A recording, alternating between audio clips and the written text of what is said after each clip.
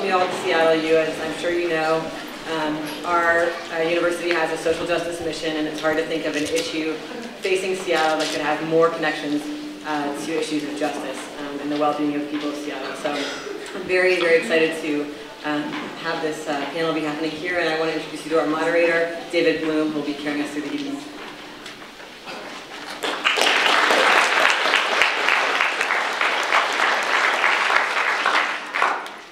Thank you, Dean, and good evening, everyone. My name is David Bloom. I'm a member of the Board of Directors of Real Change, Seattle's great weekly newspaper.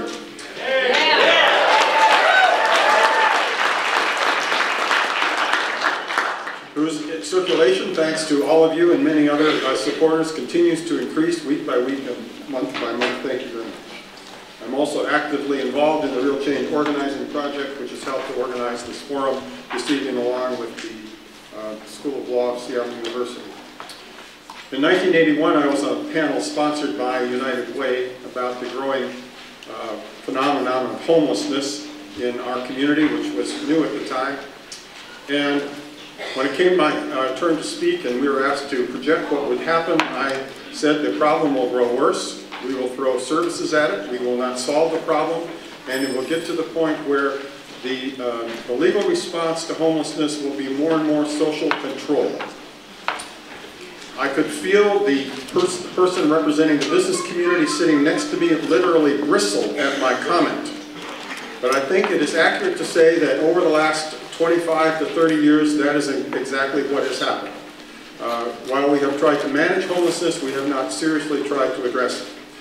People with mental illness increasingly find themselves homeless, and because of their mental condition, often end up in incarceration. We have seen laws that criminalize homelessness against aggressive panhandling, sitting on the streets, and other things that people simply are trying to do to survive. It's one example of how, instead of responding to a social problem with creative alternatives and social services and opportunities to move people out of the condition they're in, we continue simply to band-aid the programs and practice examples of social control. We are this evening gathered to discuss an issue before the City of Seattle and municipalities in King County about the proposal to build a new jail in collaboration between the City of Seattle and several suburban communities. The question before us, as the city confronts this reality, is does this make sense at a time when King County is saying that it can no longer, that it will discontinue the contract with Seattle and other municipalities to provide jail space for those who are arrested for misdemeanors? Or are there alternatives, options such as treatment and alternative sentencing and drug courts and a whole range of other opportunities that might mitigate against the need to spend in the neighborhood of over $200 million to build a new jail, when we know that diverting public funds in creative ways that really help people might be more productive.